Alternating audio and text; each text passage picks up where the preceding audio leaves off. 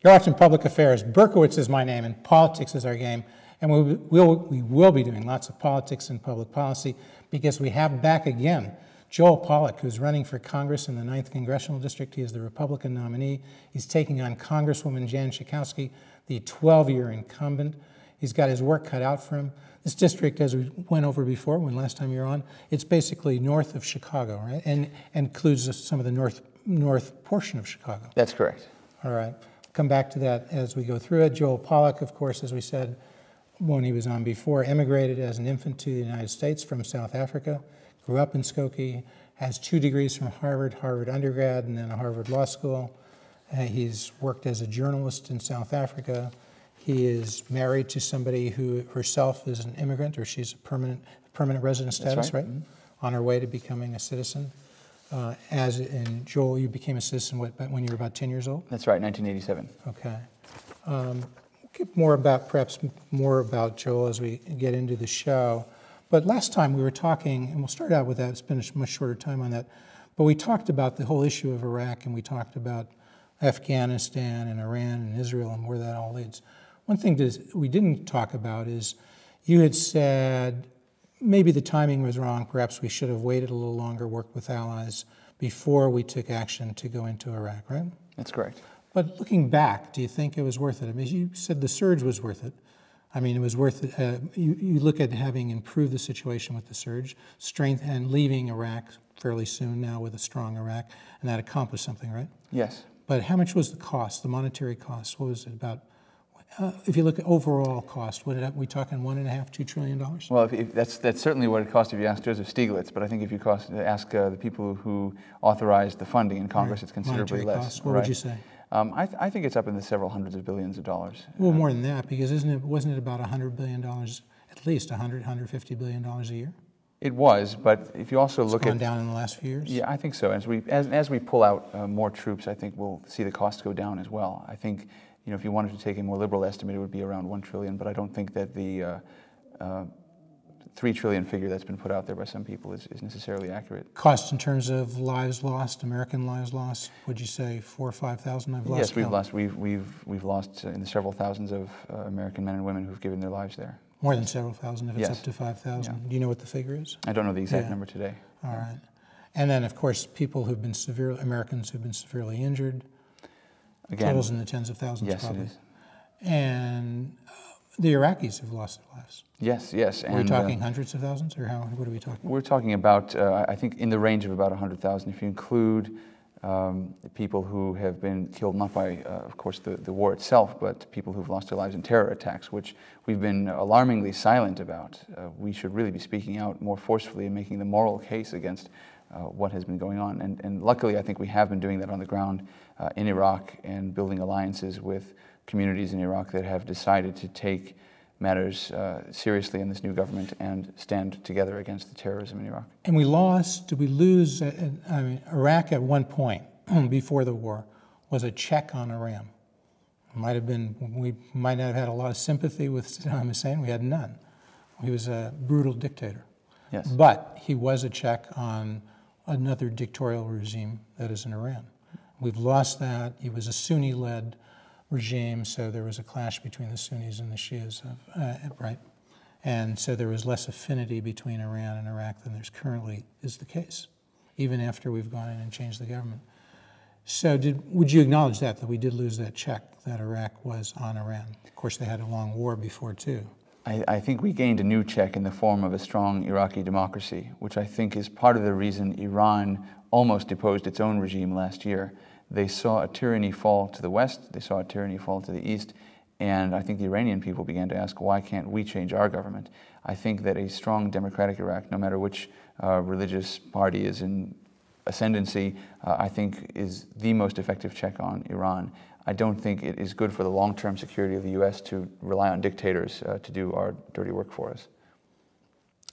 But the United States could have done more. So you point out that one, the new Iraqi government is now a check on Iran because it was a model in a sense of what could exist in Iran. Yes.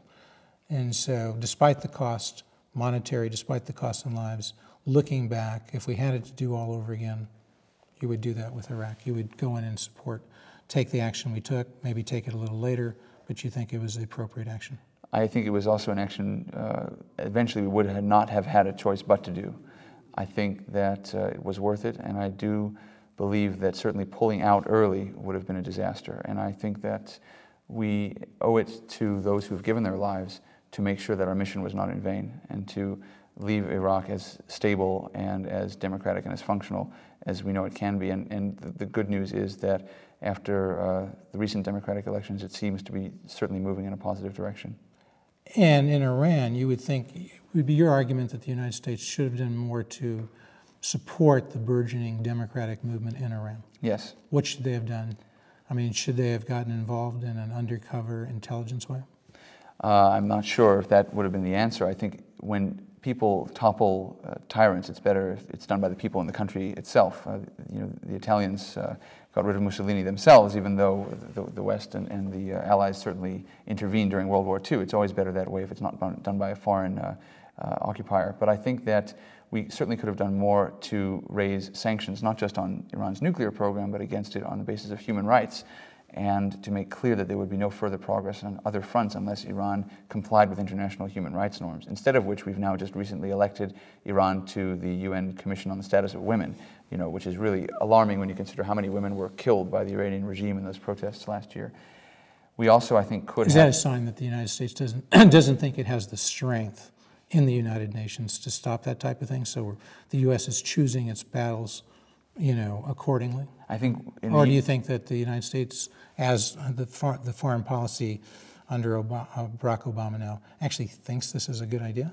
I think the foreign policy under President Obama, certainly at the United Nations, is not taking its role seriously at all. I don't think that we have raised the alarm about what Iran's been doing. At the recent UN Human Rights Council meeting in Geneva, the United States couldn't even be bothered to put forward even a basic resolution on Iran, even if we knew it would get voted down. For years, the U.S. used to pass resolutions or propose resolutions against China after Tiananmen Square, and it always got voted down, but the importance of doing that in the Commission on Human Rights was to say, we oppose this.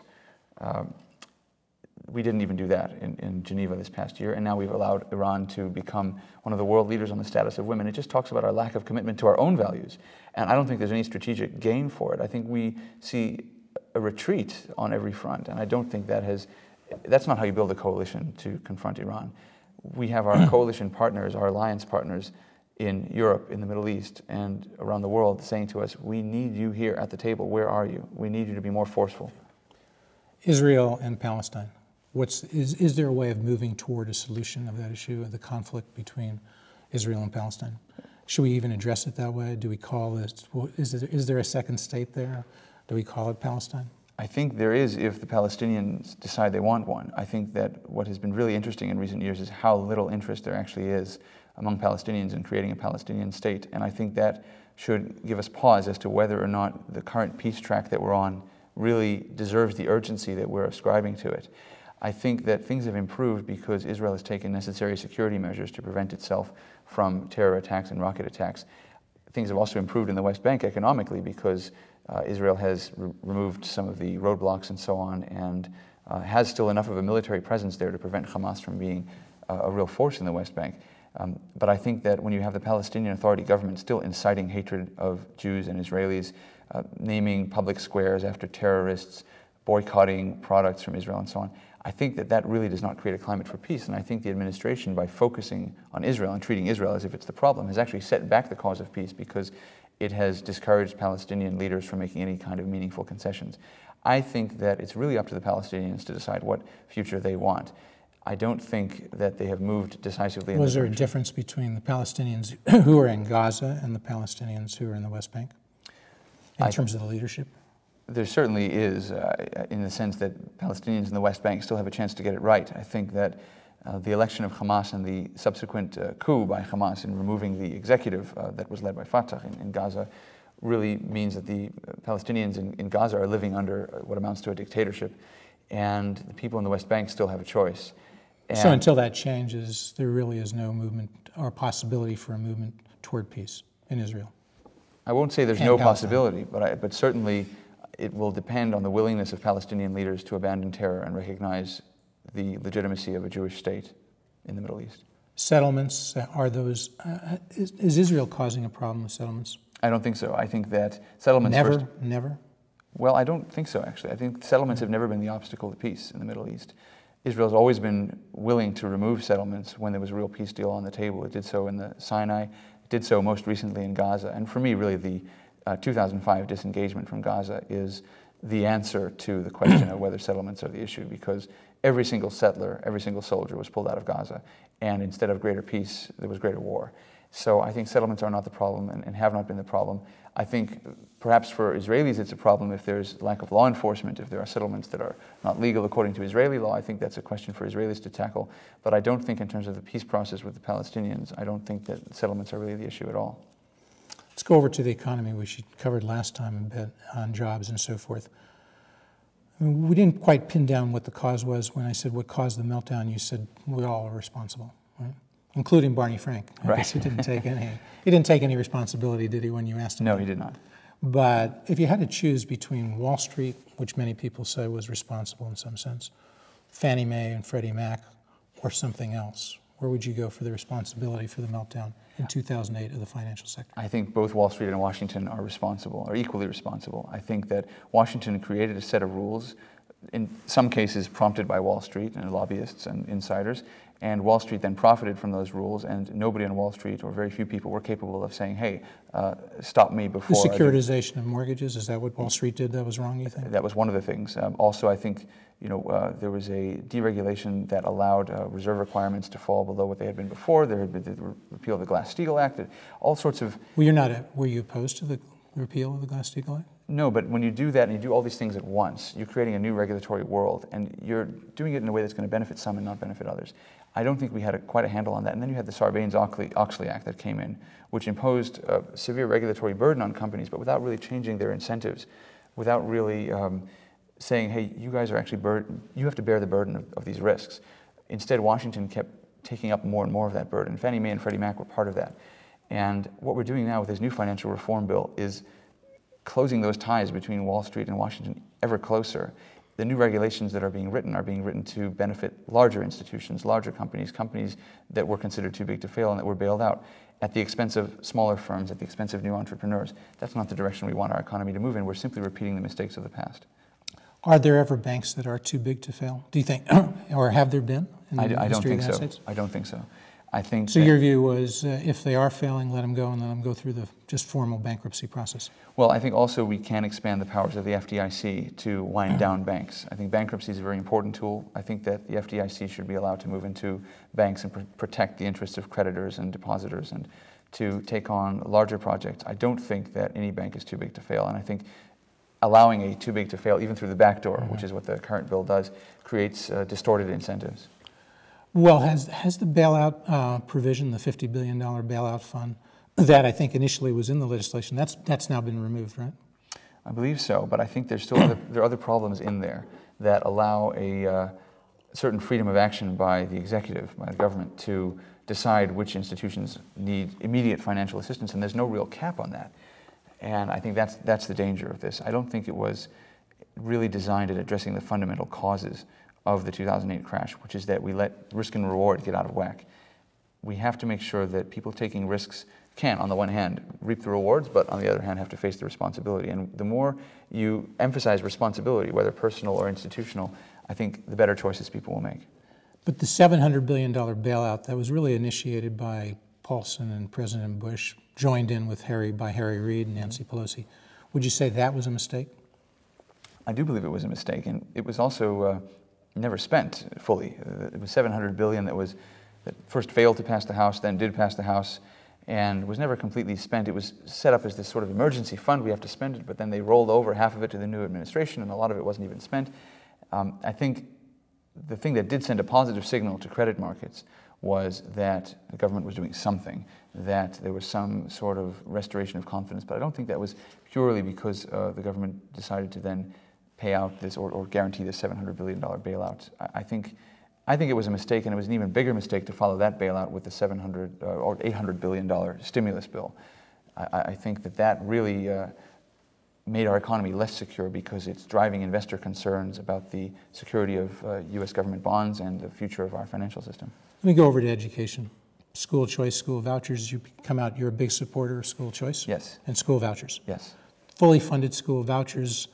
Would you just take whatever we're spending in the public schools now in the specific areas, whether it's federal aid, whether it's coming from the local taxpayers, whether it's coming from state aid, whatever the number is, whether it's $10,000 per kid, $12,000, $14,000, give those funds to the parents and say, you can decide where you want to use your funds we're currently spending on your child at the school of your choice, private or public. I do think so. You sign on to that? Yes. Whether it's here in Skokie, whether it's in Lincolnwood, whether it's in Chicago, throughout the 9th Congressional District, indeed throughout the state of Illinois, you'd like to see that? I would like to see it. Okay. And the main reason why is because you think with competition and innovation and so forth, you will get improvement in the public schools? Well, also because we've seen that it works. When we have looked at voucher pilot projects, we've seen improved test results for the kids who receive the vouchers and go to other schools, and we've even seen improved results for the schools they leave behind. The voucher system is basically a win-win scenario, and we really owe it to poor children who are trapped in failing schools to give them the same rights and opportunities that children in wealthy communities have. Which is choice. Which is choice, and the ability to have the best education and the best chance at success that they possibly can get. And the Reverend Meek sponsored bill that's currently passed the Senate and waiting to come up for a vote, I think, in the State House, that provides only for, I think, up to $6,000 in spending for parents who decide to opt out of the public schools or go to a private school. You would like to see it larger because in most cases we're spending more than $6,000. So if we're spending $10,000, they don't get the full $10,000; they just get the $6,000, right? Well, up to $6,000. It's designed as a pilot project, and I think we need. It's a good start. It's a good start, and it also only covers the bottom 10% of schools in the Chicago public school system, and I'd like to see it move beyond that as well. But let's show that this works. Let's make sure that that it does, and I'm confident that it will, and I think we'll move beyond that in the future. Senator Kwame Rowell, who poses that and was here as a guest, he said the problem, Jeff, is that which schools will admit these students, show me a guaranteed admission, and then he would perhaps consider school choice. He himself opts out of the public schools, send his kids to private schools, but he points out he pays taxes. What do you say to Kwame Rowell, Senator Rowell? I had the good fortune of going to one of the best public high schools in America, to Niles North High School, and it's a suburban public school in this area. And we had an incredibly diverse student body, and I think that there really is not an issue for parents and schools in suburban communities with very diverse student populations, increasingly diverse, to take on students who are willing to work hard and willing to take advantage of opportunities. I think that the admissions won't be quite as selective as Senator Rowell suggested. That was his term. Right, right. You will look for diversity. You will look for kids who can do well, but starting at a perhaps lower academic level, come in with the appropriate education, succeed. I think that's all right, as long as we are funding our schools with the resources they need to do that. Illegal immigration. You would favor increased border control? I do think we have to secure our borders first. Especially the southern border? Yes. Arizona's got a current law because they claim the U.S. government's not dealing with the immigration, not dealing with border control on their border, right? Well, it's not just Arizona who claims that. The White House also says that. They say that this. They acknowledge that. They acknowledge. They acknowledge. But Arizona says, or most people say on behalf of Arizona, Arizona's got to move. They may not have picked the best law, but they've got to do something because they've got a current problem. You agree? I do agree, and I think that. Would you have supported that legislation if it had been, if you'd been in Arizona and you'd been a state legislator? I think there are some problems with the bill itself, and I have read both the Senate version and the version that eventually passed in Arizona. And I think that the language that was written allowing quote-unquote lawful contact between law enforcement and an individual before they could ask them for proof of legal immigration or legal status in the United States, I think that was too vague. And I think that would have run into some severe constitutional problems. And there's another problem in a sense. So they fixed it in a sense. They have written a fix for it where they change it from lawful contact to a lawful stop or arrest. And they've also made stronger the language in the bill preventing racial profiling. I do still think that there are some problems. One of them is that law enforcement officers will, I think, bear a huge part of the burden of enforcing these laws. I don't know if that's something that's been adequately thought through. In addition, there are very significant crimes happening in Arizona and other border areas, and in order to stop those crimes, police depend on having informants from within those communities. Now, some of those informants invariably will be illegal immigrants, and when I've talked to people in Arizona, some of them have said, well, the one concern we have is that people might be less willing to cooperate with police if they think they're going to be arrested. However, I do think that we have federal laws that require people who are not U.S. citizens to carry identification. My wife... Your papers, so to speak. Right. My wife she's a permanent resident, but she has to carry her green card with her everywhere she goes. And that's one of the benefits of U.S. citizenship. So you see no problem with that. Congresswoman Schakowsky recently has said the word "show me your papers" we've known from movies about World War II comes from the Nazis. You don't agree with Congresswoman Jan Schakowsky. It's not inappropriate for somebody to say, show me your papers? I think that doesn't necessarily smack of somebody who's a Nazi? No, I think the analogy is extreme and inappropriate for two reasons. One, this is not Nazi Germany, and the law is not a Nazi law with Nazi intentions. But two, Jews who were persecuted by the Nazis in Europe had not broken any immigration laws. They hadn't entered countries illegally. These were their homes. They were Germans. They were citizens of the Netherlands. They were French citizens. They were asked for their papers because it was simply a crime to be Jewish. And I think it demeans the suffering of the Holocaust to throw around the term Nazi every time there's an immigration law that we don't agree with. Gun control, we were just covering that at the end of the last show. You would say you're a strong supporter of the Second Amendment. Yes. You think a person should have a right to own a handgun in his or her home, right? I do think so. And possess it? Yes. Okay. And you believe in concealed carry? I do. Okay. Quite different views from Congresswoman Jan Schakowsky? Yes, I don't... She doesn't believe in any of those things that we just discussed? No, I don't think she does. And I know that Mayor Daley doesn't either. In she may believe in the Second Amendment, but she believes in a different construction, a different interpretation. Perhaps. Again, you should have her on here, and we can have a little duel without weapons about what the Second Amendment means. But I think that instinctively, I feel that people should be able to protect themselves. I also think that the right to bear arms is fundamental to our ability to prevent tyranny in this country, and it's really a fundamental concept in our Constitution for that reason. All right. Let's go over to some quick things, sort of do a lightning round on a number of issues. Card check for labor unions, you're opposed. Opposed. And the unions say this is to get around the onerous requirements that they go through for an election, and so they want just the card. Certain person says, okay, I'll sign up, that should be enough. You disagree? I disagree. You should have to have a secret ballot. You should. You should not take away workers' right to a secret ballot. And the difficulty is with card check is not just that you ask a worker once. The union can come back and ask again and again and again until they get the answer they want. And I think unions know that this is wrong, but they want to improve their bargaining position. It's not about protecting workers. It's really about different priorities. And I think card check is wrong. I think it'll cost us hundreds of thousands of jobs in Illinois. But you believe in unions? You believe yes, that people absolutely. have a right to join, a right to organize, and to set up a union? Absolutely, and I don't think this would interfere at all with that right. I think that people will still have the right to vote for a union if they want one. Do you think we should have minimum wages? Minimum wages, I think, are good. I think we have, unfortunately, in the way that we've used them and implemented them, we've actually priced a lot of poor people out of the job market. Doesn't that always do that? Because if you have a free market wage, you have a minimum wage, it's above the free market wage, you're going to cut back on demand, increase supply, you know the economics. Yes. Anytime you have a minimum wage, you're going to be creating a sense of surplus of labor, unemployed labor. Right. Why have a minimum wage? I think people regard a minimum wage as a sort of guarantee that they won't be exploited by employers. And But you go along with that? Because you at one time, you were a liberal, now you're a conservative. Right, right. Once you were lost, now you were found? The economic reality is that minimum wages cut down on jobs available. That is the reality that we've seen around the world. It's the reality predicted by the models. However, the minimum wage is more than just an economic tool. It's also, in a sense, a social compact between employers and employees. Okay. And I think that with labor relations as bad as they are right now in the United States, that any change in the minimum wage laws, which I think might be necessary because we're really hurting the poor, and particularly black high school graduates are suffering from the very rapid increase in the minimum wage because they get priced out of a lot of jobs. black men in particular have suffered most from some of the minimum wage increases. So you would lower the minimum wage to allow people who are minorities and maybe less skilled to work, but at a lower wage than the minimum wage? I don't think we should, my personal view is I don't think we should lower it right now in a time when people are struggling to pay the bills. You can. But I think we should look more carefully be more at the sensitive increases. Yes. To people who are unemployed as a result of the minimum wage. Our labor constituency is not just workers who are in jobs or workers who are out of jobs. Cap and trade, you would oppose, you view that as a heavy tax on energy?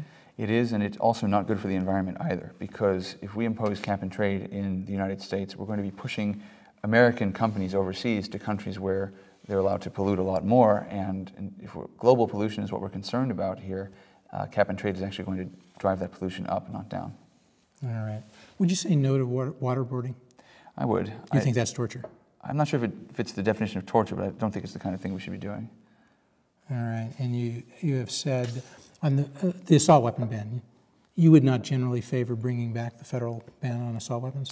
No, I think the definition of assault weapon, the very term assault weapon is in a sense a loaded term because it identifies an intent with which the weapon is going to be used. I don't think that's in advance of the weapon actually being used. I don't think you can say that. I do think there are military-grade weapons that really should be restricted because I don't see that they have any facility. But do you think sports people who want a weapon for hunting, do you think they need an assault weapon to, hunt deer? What would you define as an assault weapon? What would you Well, I mean, number one, it's semi-automatic, right? Well, semi-automatic can mean different things. There are pistols that are semi-automatic. There are single-shot rifles that are semi-automatic. It has the ability to shoot rapidly in a short amount of time, so you could reel off a round of 20 or 30. I'm not saying that's the definition that will fly in legislation, right. But you and I know that's often what is meant by an assault weapon, right? I'd be willing to consider restrictions on those kinds of weapons, which I would because they consider do military. a lot of damage and it's indiscriminate and so forth. Well, it's indiscriminate depending on how it's used. I mean, sure, the idea of it can be used indiscriminately, and it can be used harmfully and hit a lot of people who not even intended by the bad guys. Well, I don't think we should be writing laws to presume the intent of bad guys. I think we should be helping law enforcement find the bad guys. You would consider. I'd consider some limits on military-grade weapons. We're going to continue to speak as the credits roll, but I very much want to thank our guest, Joel Pollak, who's running for Congress in the 9th Congressional District. He is the Republican nominee. He's taking on Jan Schakowsky, 12-year incumbent. And as we said, covers Lincolnwood, it covers Skokie, it covers Morton Grove, it covers north portions of Chicago. Mm-hmm. Niles, Des Plaines, Rosemont, Park Ridge, West Rogers Park, and into the city along the lakefront as well. And you have said that Congresswoman Schakowsky is the most liberal member of the U.S. House. You've said the National Journal has said that, right? Yes, it has. And you would say then she's too liberal for the 9th Congressional District? Or do you think the 9th Congressional District is perhaps that liberal? We know from data that it isn't. It's not even in the top 50 most Democratic districts in the country. But I think that she has definitely moved to the left. She's the far outlier on the left, according to govtrack.us, which covers these sorts of things. And I think that is out of sync with the values of people in our district. The recent huge oil spill off the Gulf of Mexico by BP, does that mean we should decrease offshore drilling? I think that, unfortunately, our energy needs and our job needs at the moment require us to continue operating offshore. By the way, I'm not sure the Gulf drilling qualifies as offshore because when the offshore drilling that's been debated is on the outer continental shelf, and I don't think the Gulf region really qualifies as that. But I do think... This is part of the problem that we have so many limitations that where we do allow the drilling, it has to be so deep that it makes it more risky. If we had drilling in Anwar, if we had drilling closer to some of the borders, if we had more drilling, wouldn't be so deep. Is that a problem? I think that may not dispose of the question. I don't really buy into the argument because the resource in the Gulf of Mexico is so large and there's so many new finds there, and the economies of our Gulf region are so dependent on the oil industry, and our American transportation network is so dependent on oil. I think we're going to have to keep operating there. I've always said, however, that... Because you always have risk, right? Always risks.